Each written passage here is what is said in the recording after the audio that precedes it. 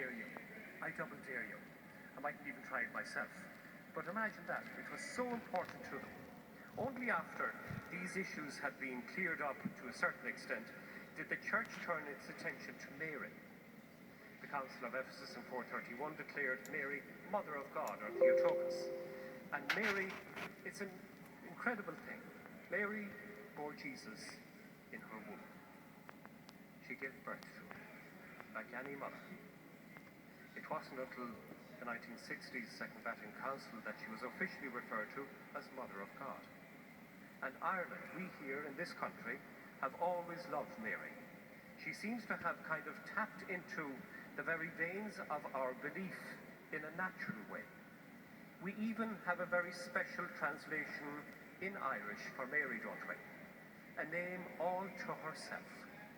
It's not Mora, it's, can I tell you? Wira. Exactly, Wira. A name all to herself.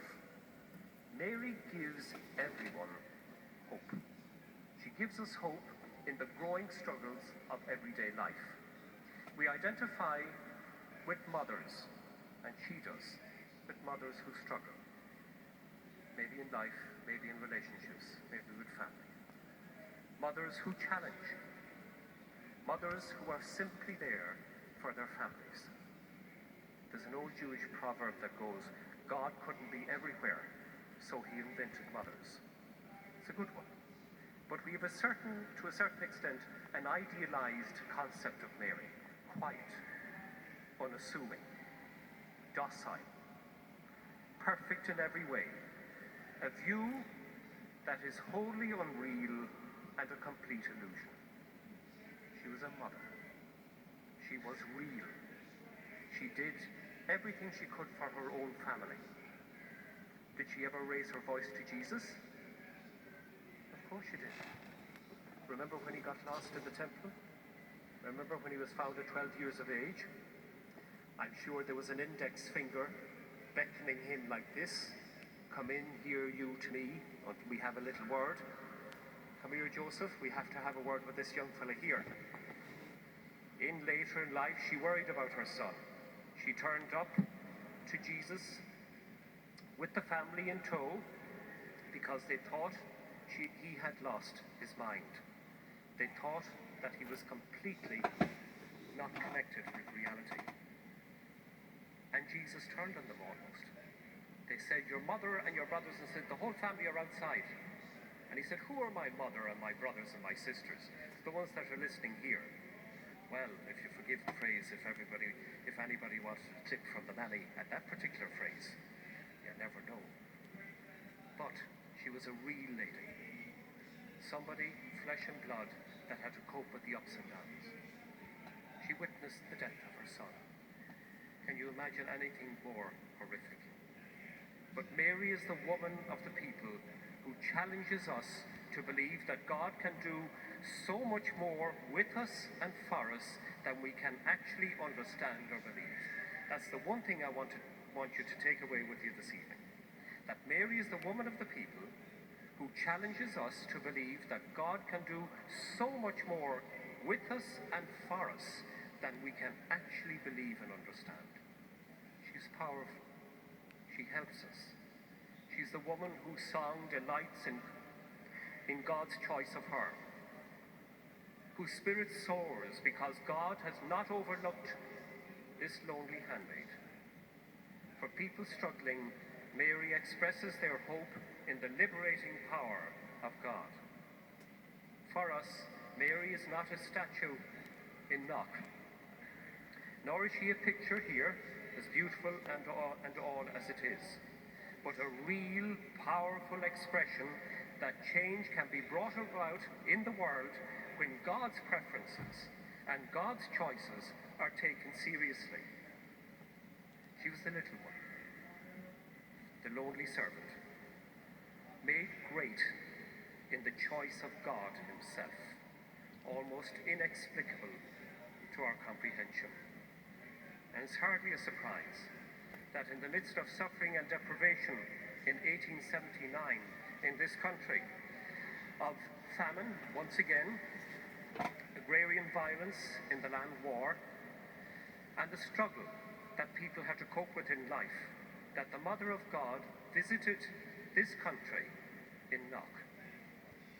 A period of untold hardship, in the midst of which, without expectation, heaven visited earth. As we say in Knock, when Our Lady came, she brought the family with her. Her husband Joseph, St. John the Evangelist, the great preacher, the Lamb, representing the Son, her Son, the altar and the cross, the single focus of the Eucharist itself, no more than the altar here in the cathedral. That aspect and understanding of Mary. She came to a place in need to give hope to a people who mattered to God. As we go through this period of history in our world, and boy, are we living in some disturbing times that can frighten all of us, the possibility of the world to come outshines everything. Now, I'm not here this evening comparing one Mary with another, be it in Knock or Galway. It's not the battle of the Marys. She wouldn't like that.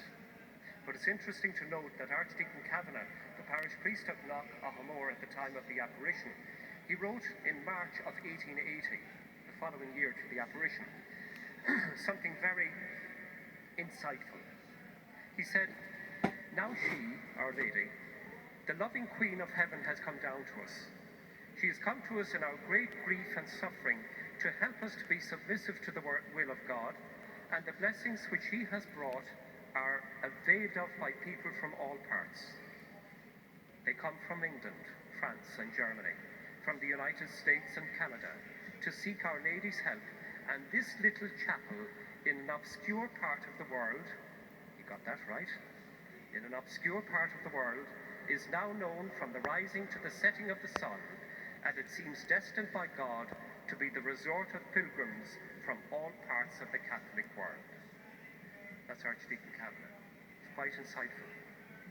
And I find in Knock the tears and the sorrows, as well as the thanksgivings, the prayers of the broken and the weary.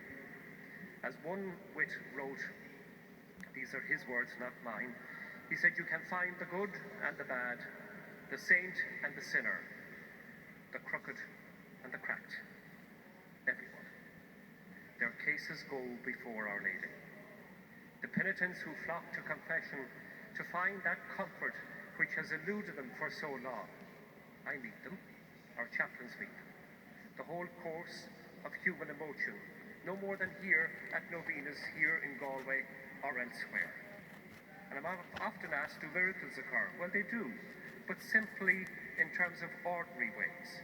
The confessional I always refer to as our engine room, where people return just to dig that little bit deeper, no more than the confessionals here in the cathedral, that little bit deeper in terms of the connection with God. And we all need that. We look for it. Why are you here this evening?